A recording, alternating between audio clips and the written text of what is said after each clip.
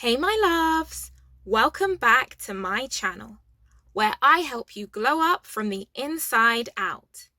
Today, we are talking about a topic that is super popular but often misunderstood, and that is femininity. Specifically, this video is going to share 4 tips on how to be more feminine. Now, it's definitely worth watching this video to the end because that's where I share the tip that I almost feel is the number one, definitely in terms of helping you lean more into your femininity. But, annoyingly, it's something that's so obvious, yet so shrouded in shame, so you're definitely not going to want to miss that. And yes, whilst leaning into your femininity definitely helps with attraction from men, the real reasons to be more feminine is to embrace the essence of who you are. So see that more as a byproduct and make sure that you're making these changes for you as opposed to doing it to chase outside attention. And remember, ladies, femininity is an energy. It's not necessarily about getting your nails done or having really long lashes or wearing makeup. It's more about the energy you exude. Okay, now that those disclaimers are over, let's get into being feminine. So the first thing you need to do to become more feminine is get more comfortable with receiving. Another way of saying this is learn how to receive with grace. Women are conditioned to feel like they have to do everything by themselves all the time, and failure to do so is a sign of being weak or incapable. This has led to a lot of women depleting themselves and being really uncomfortable with accepting help because they don't want to come across as a damsel in distress. But there is absolutely nothing wrong with allowing somebody to help you sometimes. Just because you let someone do something for you, it doesn't mean you can't do it for yourself. It just means that you're able to receive with grace. So next time somebody offers to do something, instead of saying, "Are you sure?" just say these 2 words: thank you. Learn how to receive with grace. Whether it's a favor that someone's doing for you, thank you. Whether it's a compliment someone gives you, thank you. There's no need to explain, "Oh, I got this dress from here. Oh, this old thing. Oh, it's not that nice." Just accept the favor or the compliment or the gift. Accept it. There is beauty in being able to receive. The next thing you can do to increase your femininity is to lean back. This is often referred to as surrendering, relinquishing control. Now again, it does link quite nicely to the whole be a gracious receiver concept.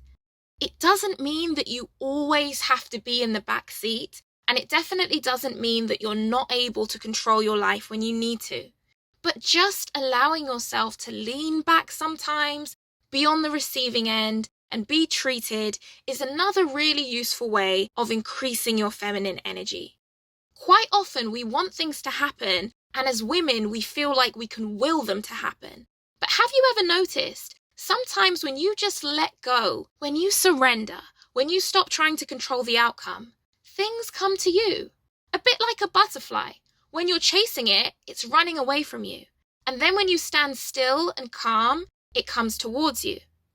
This is the aspect that attracts the opposite sex. Now, as I mentioned, this is not the main reason you should be pursuing femininity, but it is good to be aware that the chasing energy, the energy of control, the energy of trying to get people to do things or trying to get people to behave in a certain way always backfires.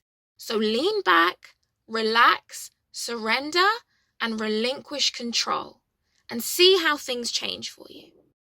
So next up on the list of things to do to increase your feminine energy is to create. The female energy is naturally creative. Think about it. We birth babies after all.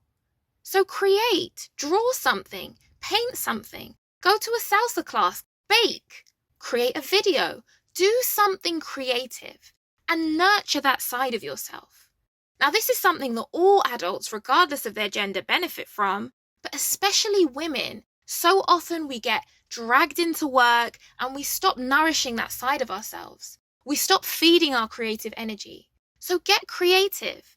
And again, see how much more connected you feel to your femininity. So, for those of you who have made it this far, I'm going to share what I consider to be one of the most important tips to increase your feminine energy. And that is embrace your emotions. For centuries, women have been shamed for being emotional, being hysterical. The word emotional almost has a stigma attached to it, as though there's something wrong with feeling your emotions. This has led to women playing the role of the cool girl. I'm one of the boys. I don't get upset like other girls do. I'm fine with that. I'm fine with this. And you can end up just being really permissive about nonsense because you don't want to be accused of being emotional, because that's the worst thing in the world you could be. Now, of course, you need emotional control in life because you need to be able to pull yourself together in certain situations. But having emotional control is still very different to having stunted emotions. And quite often, modern women have stunted emotions because there is so much shame around crying, around expressing how they feel. Everybody wants to act like they're too cool for school, and then they feel really disconnected from their heart center and how they truly feel. So, to tap into your femininity, start to get curious about your feelings and express them. When you're happy, vocalize it.